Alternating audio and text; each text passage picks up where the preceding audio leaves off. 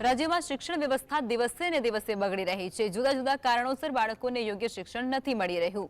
આવો જ એક કિસ્સો સામે આવ્યો છે નવસારી જિલ્લામાં કે જ્યાં ભાઠા ગામે શાળા તો છે પણ ત્યાં આચાર્ય જ નથી જોવા મળતા અને તેથી ગ્રામજનોએ તાળાબંધી કરી અને ઉગ્ર વિરોધ નોંધાવ્યો છે। આજે નવસારી જિલ્લાના ગણદેવી તાલુકાનું ભાઠા ગામ। અહીં પ્રાથમિક શાળા તો છે અને તેમાં 175 બાળકો અભ્યાસ પણ કરે છે, પરંતુ તમને જાણીને નવાઈ લાગશે કે અહીં આચાર્યની નિમણૂક જ થઈ નથી। ત્યારે વાલીઓએ શાળાને તાળાબંધી કરી શિક્ષણ વિભાગ સામે રોષ ઠાલવ્યો। ગ્રામજનોનું કહેવું છે કે અહીં છેલ્લા 1.5 વર્ષથી શાળામાં આચાર્યની નિમણૂક કરવામાં આવી નથી, જેની અસર વિદ્યાર્થીઓના શૈક્ષણિક કાર્ય પર પડી રહી છે। અમારી સ્કૂલમાં 174 વિદ્યાર્થી છે। અમારી શાળા કેન્દ્ર શાળા છે। 10 શાળાઓનું કાર્ય અમારી શાળા કરે છે। તો માત્ર ને માત્ર અમારી માંગણી એટલી જ છે કે અમને મુખ્ય શિક્ષક વહેલી તકે પૂરા પાડવામાં આવે।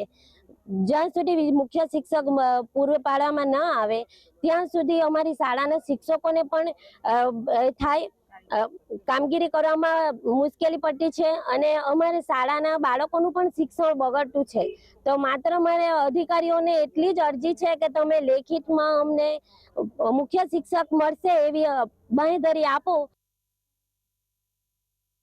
ગ્રામજનોએ આચાર્યની નિમણૂક માટે જિલ્લા તંત્ર અને જિલ્લા પ્રાથમિક શિક્ષણ અધિકારી સમક્ષ અનેક વખત રજૂઆત કરી, પરંતુ અધિકારીઓ તેમની રજૂઆતને ગંભીરતાથી લેતા નથી। આખરે વિદ્યાર્થીઓના હિતમાં વાલીઓએ શાળાની તાળાબંધીનો નિર્ણય લીધો।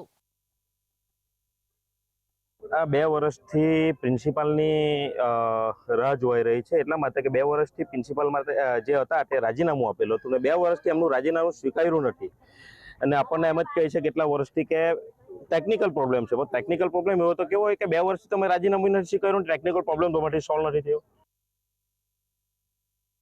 વાલીઓએ માંગણી કરી કે શાળામાં તાત્કાલિક ધોરણે નવા આચાર્યની નિમણૂક કરવામાં આવે અને જવાબદાર અધિકારીઓ સામે કાર્યવાહી કરવામાં આવે। જો કે આ મુદ્દે શિક્ષણ વિભાગના અધિકારીઓ તરફથી કોઈ સ્પષ્ટ જવાબ મળ્યો નથી। હિતેશ સોનવણે, GSTV, નવસારી।